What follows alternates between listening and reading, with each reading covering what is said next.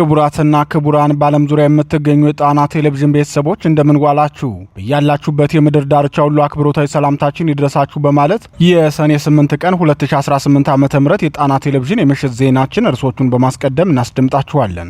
በሸዋ የአማራ ፋኖ ብሔራዊ ንቅናቄ ሸዋ ጠቅላይ ግዛት አሳምነው ዕዝ ባለፈው ዓመት የጀመረውን የተማሪዎች የፈተና ደህንነት ዋስትና ዘንድሮም መድገሙን አስታውቋል። በ6ኛና 8ኛ ክፍል ክልል አቀፍ ፈተናዎች ዙሪያ የተወሰዱ እርምጃዎችና የተገኙ ውጤቶችን የሚያስቃኘውን ዘገባ በቀዳሚነት ይዘነዋል። የአማራ ፋኖ ብሔራዊ ንቅናቄ በብልጽግና ሰራዊት ላይ ውጤታማ ወታደራዊ እርምጃ መውሰዱን ገልጿል። የተጋድሎን ዝርዝር ይዘን ቀርበናል። በጎንደርና በጎጃም የፋኖ ህዝባዊ ተግባራት ተጠናክረው መቀጠላቸው ተሰምቷል። በተለይም የተማሪዎችን ትምህርትና የወደፊት ተስፋ ለማገዝ እየተደረጉ ያሉ እንቅስቃሴዎችን የሚያሳየውን ዘገባ በስፋት ተመልክተነዋል።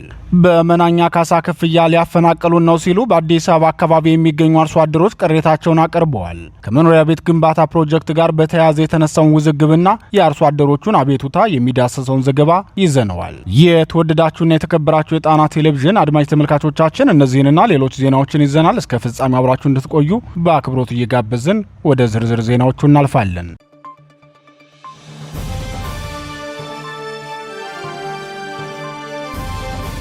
ሸዋ ላይ ተደገመ።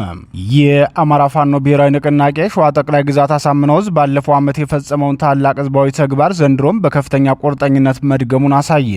የብልጽግናው ስርዓት በአማራ ህዝብ ላይ የከፈተውን ሁሉን አቀፍ የተራዘመ ጦርነት በብቃት እየመለሰ ያለው ፋኖ የ6ኛና 8ኛ ክፍል ክልል አቀፍ ፈተናንም የደህንነት ዋስትና በመስጠት እያስፈተነ ይገኛል። የአማራ ፋኖ ብሔራዊ ንቅናቄ ሸዋ ጠቅላይ ግዛት አሳምነው ዕዝ የህዝብ ግንኙነት መምሪያ ፋኖ እየፈጸመ ያለውን ህዝባዊ ኃላፊነት የመወጣት ተግባር አስመልክቶ ለጣና ቴሌቪዥን እንደገለጸው ሸዋ ጠቅላይ ግዛት አሳምነው ዕዝ ነጻ ባወጣቸው ሁሉም አውራጃዎችና ቀጠናዎች የ6ኛ ክፍል ክልል አቀፍ ፈተና ያለምንም የጸጥታ ስጋት በሰላም መሰጠት ተጀምሯል ብሏል። የህዝብ ግንኙነት መምሪያው አክሎም በሸዋ ጠቅላይ ግዛት ሁሉም አካባቢዎች የትምህርት መማር ማስተማር ሂደቱ በአግባቡ እንዲቀጥል ሲደገፍ መቆየቱ ይታወቃል። በአሁኑ ወቅትም ተማሪዎች በአማራ ህዝብ ላይ ከተከፈተው ጦርነት ጎን ለጎን ከትምህርት ገበታቸው ሳይስተጓጎሉ ክልላዊ ፈተናቸውን መውሰድ እንዲችሉ ሁኔታዎችን አመቻችቷል ሲል አስታውቋል። የአማራ ፋኖ ብሔራዊ ንቅናቄ ውን ከመሆኑ በፊት ጀምሮ በሸዋ ጠቅላይ ግዛት ትምህርት ቤቶች ሳይቋረጡ መማር ማስተማር ኃላፊነታቸውን እንዲወጡ ለመምህራን ለወላጆችና ለሀገር ሽማግሌዎች የግንዛቤ ማስጨበጫ ስራ ሲሰራ መቆየቱ ይታወቃል። ከዚህ በፊትም የ6ኛና 8ኛ ክፍል ተማሪዎች ክልል አቀፍ ፈተናቸውን በሰላምና ደህንነታቸው ተጠብቆ እንዲፈተኑ ማድረጉ አይዘነጋም። ባለፈው ዓመት ሸዋ ጠቅላይ ግዛት አሳምነው ዕዝ የደህንነት ዋስትና ሰጥቷቸው የሚኒስትሪ ፈተናቸውን ከወሰዱ ተማሪዎች መካከል ከ65 በመቶ በላይ የሚሆኑት ወደ 9ኛ ክፍል መሸጋገራቸውን ለጣና ቴሌቪዥን የደረሰው መረጃ ያመላክታል። እነዚህ ተማሪዎች ፈተናቸውን ባይወስዱ ኑሮ ሊፈጠር የሚችለውን ማህበራዊ ኢኮኖሚያዊና ስነ ልቦናዊ ቀውስ ያስታወሱት የፖለቲካ ተንታኞቹ መንግስት ጦርነት እያካሄደም ቢሆን ምርጫ አካሄዳለሁ ብሎ እንደተነሳው ሁሉ የአማራ ፋኖ ደግሞ ለትምህርት ዘርፉ ልዩ ድጋፍ መስጠትና የነጋገር ተረካቢዎችን እጣ ፈንታ ማሳመር ይገባቸዋል። ፋኖ ይህንን ለማድረግ ቁርጠኛ ከሆነ የመንግስትን ስርዓት በቀላሉ ማፍረስና የህዝብንም ሙሉ ተቀባይነት ማግኘት ያስችለዋል ሲሉ ተናግረዋል። ዛሬ የ6ኛ ክፍል ክልል አቀፍ ፈተናን እያስፈተነ የሚገኘው የአማራ ፋኖ ብሔራዊ ንቅናቄ ሸዋ ጠቅላይ ግዛት አሳምነው ዕዝ የፊታችን ሐሙስ ለሚጀመረው የ8ኛ ክፍል ክልል አቀፍ ፈተናም እዙ ከፍተኛ ዝግጅት ማድረጉን ገልጿል። ፈተናውን የሚያስፈትኑ መምህራን፣ ተፈታኝ ተማሪዎች፣ ወላጆችና ሱፐርቫይዘሮች ምንም አይነት የጸጥታ ስጋት እንዳይሰማቸው የደህንነት ዋስትና የሰጠው እዙ ስራቸውን ማከናወን እንዲችሉ አስፈላጊውን ሁሉ ድጋፍና ጥበቃ እናደርጋለን ሲል በማህበራዊ ጉዳይ መምሪያው በኩል አስታውቋል። የአማራ ፋኖ ብሔራዊ ንቅናቄ በሁሉም የክልሉ አካባቢዎች የሚካሄዱ ፈተናዎችን የደህንነት ዋስትና በመስጠት ህዝባዊነቱን አስመስክሯል። ፋኖ ይህንን በማድረጉ ደግሞ የብልጽግናው ስርዓት በአማራ ህዝብ የነገ ተተኪ ትውልድ ላይ ሊፈጽመው የነበረውን ካልቸራል ጂኖሳይድና የዜጎችን ተፎካካሪነት እንዲሁም እኩል ተጠቃሚነትን ለማስቀረት ያሰበውን እቅዱን አምክኖበታል።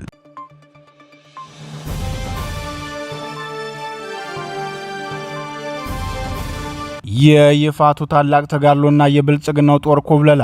የአማራ ፋኖ ብሔራዊ ንቅናቄ ሸዋ ጠቅላይ ግዛት አሳምነው ዕዝ በወታደራዊ ሜዳው በፈጸመው ተጋድሎ የብልጽግናውን ኮማንዶና የባዲንን ካድሬ እርምጃ ወስዶባቸዋል። አጼ ምኒልክ ዕዝ በበኩሉ የብልጽግናውን ሰራዊት በማስኮብለል ውጤታማ ስራ መስራቱን ተናግረዋል። በተለይም በሸዋው ተጋድሎ ፋኖ እርምጃ ከወሰደባቸው መካከል የባዲን ካድሬዎች መኖራቸው ስርዓቱን በእጅጉ ማስደንገጡን የደረሰን መረጃ ያመላክታል። የአማራ ፋኖ ብሔራዊ ንቅናቄ ሸዋ ጠቅላይ ግዛት አሳምነው ዕዝ መሐመድ ቢሆነ ኮር አስቴጎማ ተራራ ክፍለ ጦር በመኮይ ከተማ በሚገኙ የብልጽግና ሰራዊት ላይ መብረቃዊ ጥቃት ፈጽሞ ታላቅ ጀብድ መስራቱን ገልጾ በተለይም ካድሬዎቹ ላይ የወሰደው እርምጃ በስርዓቱ ላይ ድንጋጤ መፍጠሩን አስታውቋል። ቀደም ሲል የብልጽግናው ሰራዊት ከፍተኛ አመራር የሆኑት ጄኔራል ሹማ አብደታ አስቴጎማ ተራራ ክፍለ ጦር 8 ሬጅመንት ኃይል ተመቶብናል ብለው ሪፖርት ባቀረቡበትና ተደጋጋሚ የፋኖ ተጋድሎ የሚካሄድበት አስቴጎማ ተራራ ዛሬም በፋኖ ብርቱ ክንድ የብልጽግናው ሰራዊት ከባድ ኪሳራ ደርሶበታል። የአስቴጎማ ተራራ ክፍለ ጦር ጥቃቱን የፈጸመው በይፋት አውራጃ አንጾኪያ ገምዛ ወረዳ መኮይ ከተማ ምሽጋቸውን ባደረጉ የብልጽግና ካድሬ የሚሊሻ የፖሊስና የኮማንዶ አባላት ላይ መሆኑን የሸዋ ጠቅላይ ግዛት አሳምነው ዕዝ ህዝብ ግንኙነት መምሪያ አስታውቋል።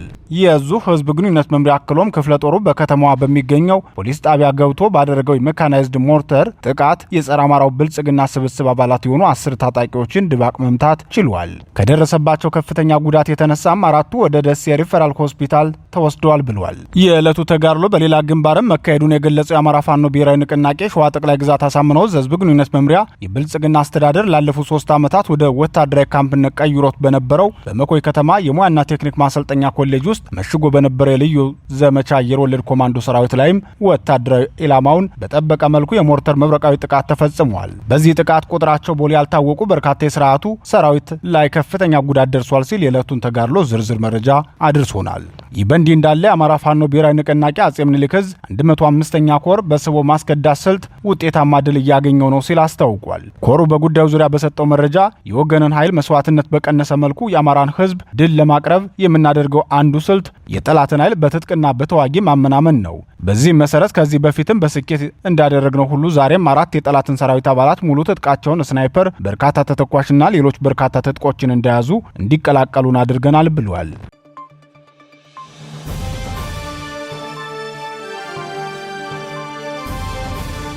የፋኖ ህዝባዊነት በጎንደርና በጎጃም የአማራ ፋኖ ብሔራዊ ንቅናቄ በአራቱም የአማራ ግዛቶች ከሚያካሄደው ውጤታማ ወታደራዊ ግዳጅ በተጓዳኝ በሚፈጽማቸው ህዝባዊ ተግባራትም የብልጽግናውን ክፉ ዕቅድ እያከሸፈ መሆኑን አስታውቋል። በተለይም በዚህ ወቅት የትምህርት ስርዓቱ የዓመቱ መዝጊያ መሆኑን ተከትሎ የፋኖ ህዝባዊነት በእጅጉ የሚፈለግበት ወቅት መሆኑን ተከትሎ ተማሪዎች ዓመቱን ሙሉ የደከሙበትን ትምህርታቸውንና የነገ ተስፋቸውን እውን የሚያደርጉበትን ሁኔታ ፈጥሯል። ቀደም ሲል ትምህርት ቤታቸውን በመጠገን መንገድ በመስራትና የአፈር ማዳበሪያ አርሶ አደሩ በማድረስ ምስግኑነቱን ያስመሰከረው የጎንደር ጠቅላይ ግዛት በላይ ዕዝ 204ኛ አስቻለው ደሴ ኮር የ6ኛ ክፍል ክልል አቀፍ ፈተናን እያስፈተነ ይገኛል። ኮሩ በሚንቀሳቀስበት ሰፊ ቀጠና የሚገኙ ትምህርት ቤቶች ተማሪዎቻቸውን ያለ ስጋት እንዲያስፈትኑ ሁለንተናዊ ድጋፍ ማድረጉን አስታውቋል። በኮሩ ስር የሚገኘው የጄኔራል ፈንታ በላይ ክፍለ ጦር በሊቦ ከምከም ወረዳ 9 ትምህርት ቤቶች ተማሪዎቻቸውን በነጻነት እንዲያስፈትኑ ማድረጉን ተናግሯል። የክፍለ ጦሩ ህዝብ ግንኙነት ኃላፊ ፋኖ ጌጥዬ ጀንበር ለጣና ቴሌቪዥን እንደገለጸው ተማሪዎቹን ያስፈተኑት ትምህርት ቤቶች አስቀድመውም ለመማር ማስተማሩ ሂደት ራሳቸውን ሲያዘጋጁ እንዲከርሙ ፋኖ ድጋፍ ያደረገላቸው መሆኑን ተናግሯል።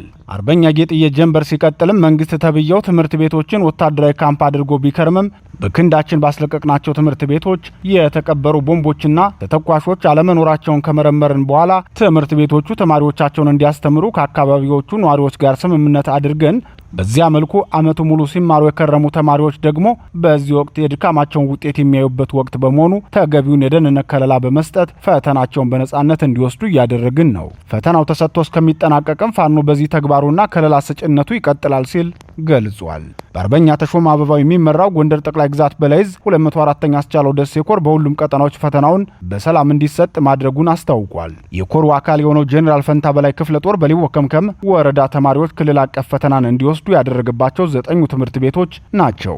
ይህ በእንዲህ እንዳለ የአማራ ፋኖ ብሔራዊ ንቅናቄ አጼ ቴዎድሮስ ዕዝ የአማራ ህዝብ የትጥቅ ትግል ያለበትን ወቅታዊ ሁኔታና በቀበሌ የህዝብ አስተዳደር ስራዎች ላይ ሰፊ ውይይት ማካሄዱን ገልጿል። የዕዙ 201ኛ ኮር 64ኛ ክፍለ ጦር በሚንቀሳቀስበት ምስራቅ ጎጃም ዞን እነማይ ወረዳ ዘበች ወይም ኢየሱስ ቀበሌ በአማራ ህዝብ የሉና ትግል ወቅታዊ ሁኔታዎችና በህዝብ አስተዳደር ስራዎች ላይ ባካሄደው ውይይት ትልቅ ግብዓት የተገኘበት መሆኑን የክፍለ ጦር ህዝብ ግንኙነት ክፍል ገልጿል። በአጼ ቴዎድሮስ ዕዝ የ201ኛ ኮር 64ኛ ክፍለ ጦርና የነማይ ወረዳ ጊዜያዊ መንግስት አመራሮች በመሩት የስብሰባ መድረክ ስለ አማራ ህዝብ የህልውና ትግል ያለበት ወቅታዊ ሁኔታ ሰፊ ግንዛቤ የተሰጠበት መሆኑን የገለጸው ህዝብ ግንኙነት ክፍሉ በቀበሌ ፍትህ አሰጣጥ፣ የቀበሌ መልካም አስተዳደር፣ ጸጥታ፣ ህገወጥ የወል መሬት ወረራን ማስቀረትን፣ የፋይናንስና ሎጂስቲክ አሰባሰብ በተመለከተ ያደረገውን ውይይት ተከትሎ ቀጣይ አቅጣጫ አስቀምጠናል ሲል ተናግሯል።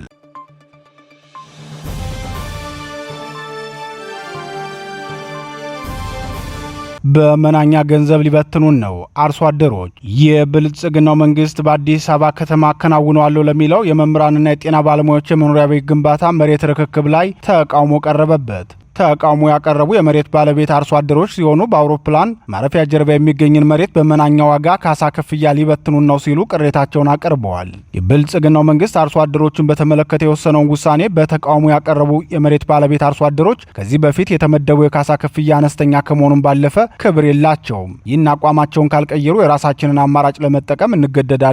ከዚህ በፊት የከተማ ግብርና እያሉ አታለው ነጠቁን። ከዚህ በኋላ ግን የሚታለል ህዝብ የለም ሲሉ በስርዓቱ ላይ ያላቸውን ቁጣ ገልጸዋል። የአርሶ አደሮቹን ቅሬታ አስመልክቶ መሰረት ሚዲያ እንደዘገበው የአዲስ አበባ ከተማ አስተዳደር ቦሌ ክፍለ ከተማ ወረዳ 12 ልዩ ስሙ ቦሌ ቡልቡላ፣ ኦሾ 1 እና 2 እንዲሁም ወረገኑ በተባሉ አካባቢዎች ለልማት በሚል ለአርሶ አደር ገበሬዎች የሚሰጠው የካሳ ክፍያ እጅግ አነስተኛ መሆኑ በነዋሪዎች ላይ ከፍተኛ ቅሬታና ጭንቀት ፈጥሯል። ለአየር መንገድ ጀርባ ቅርብ በሆነው በዚህ ሰፊ የእርሻ መሬት ላይ ከቦሌ ቡልቡላ እስከ ቆየ ፍጬ በተለምዶ ፍልዋ ተብሎ በሚጠራው አዲሱ መንገድ ድረስ የሚገኙ ማሳዎችና የግጦሽ መሬቶች ለመምህራንና ለጤና ባለሙያዎች የመኖሪያ ቤት መስሪያ እንዲሆኑ ተለይተዋል ብለዋል። ይሁን እንጂ የቦሌ ክፍለ ከተማና የወረዳ 12 አመራሮች ነዋሪዎችን ሰብስበው 1 ካሬ ሜትር በ2000 ወይም በ1000 ብር፣ ሌላው ቀርቶ በ2014 ዓ.ም በወጣ አሮጌ ህግ ለ1 ካሬ ሜትር 770 ብር ብቻ እየተሰላላችሁ በ2000 ካሬ 4 ሚሊዮን ብር ወስዳችሁ ልቀቁ ማለታቸውን ተነሾች ይናገራሉ። የአካባቢው አርሶ አደሮች እኛ ልማት አንጠላም፣ ለመምህራንም ሆነ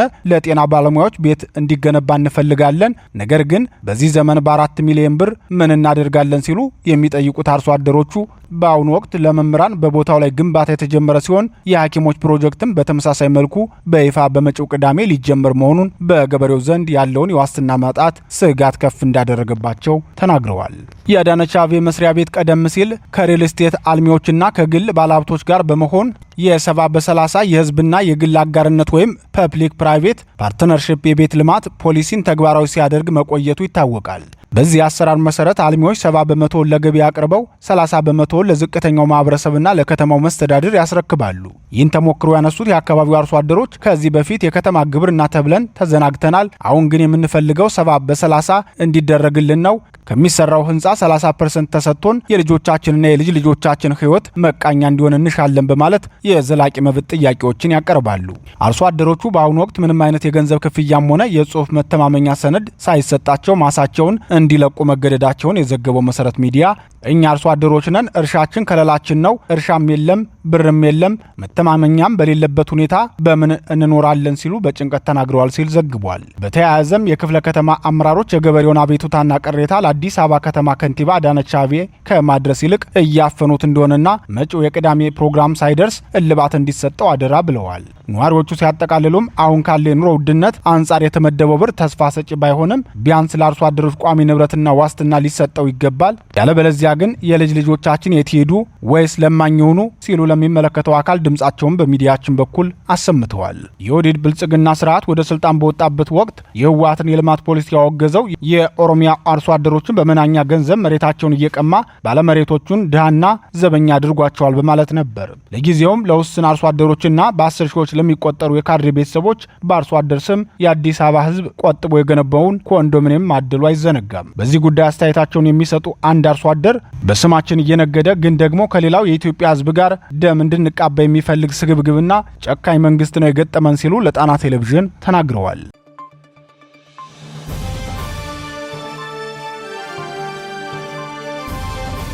የተወደዳችሁና የተከበራችሁ የጣና ቴሌቪዥን አድማጭ ተመልካቾቻችን የሰዓቱ ዜናችን የተከታተላችሁትን ይመስል ነበር። ምርጫችሁ ስለምታደርጉን ከልብ እናመሰግናለን። ተሰናበትናችሁ። ጤና ይስጥልን።